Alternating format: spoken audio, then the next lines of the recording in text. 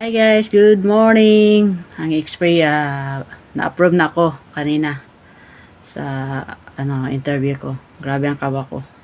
Mga basic lang naman yung yung mga tanong nila about lang sa inyong dalawa. Yung mga tanong niya sa akin, dami yung tinanong niya sa akin. Sabi, how did you meet? When did you meet? Saan? Sa Manila. And then anong trabaho niya? Tapos, have you been arrested? Tapos, or yung fiancé mo? Anong trabaho ng fiancé mo? Pag makuha mo na yung K1 visa, anong plano mo? Tell me more.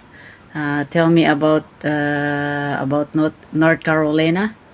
Anong hobbies niya? Anong hobbies niya? And then, tapos sabi niya, are you married? Then siya, sabi ko, single. Then siya, are you married, your fiancé, married or divorced? And legally divorced. And then, sabi niya, pag nandun na ako, anong trabaho na applyan ko? Then, tapos, pag mag-asawa na kayo, anong plano nyo? Then, tapos sabi niya, kailan kayo magpakasal?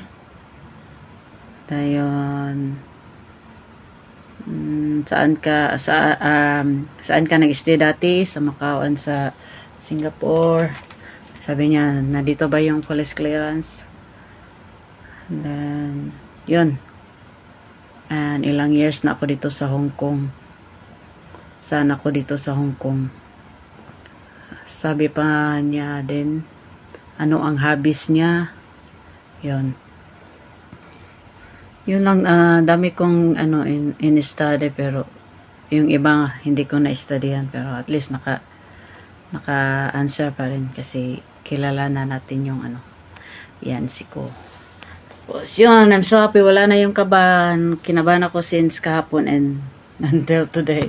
At least na-relieve na. Good luck sa mga mag-interview soon. Pray lang.